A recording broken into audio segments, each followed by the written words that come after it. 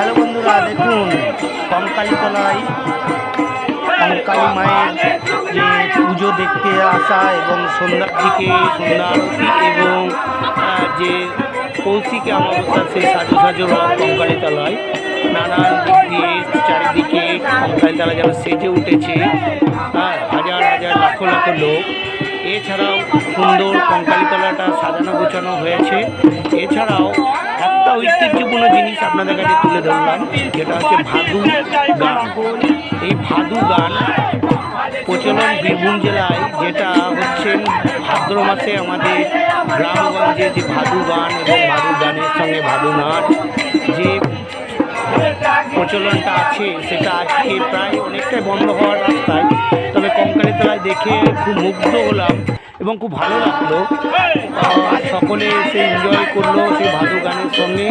সুন্দর ভাদু গান নিজেরাই গান করছে এবং সেই গানের তালে তালে সকলেই কোমর হিলিয়ে নাচছে। সেই গ্রাম্য পরিবেশে সেই গ্রামের মিঠো পথের যে ভাদু গানের একটা সেটা পাওয়া গেল, বুঝে পেলাম।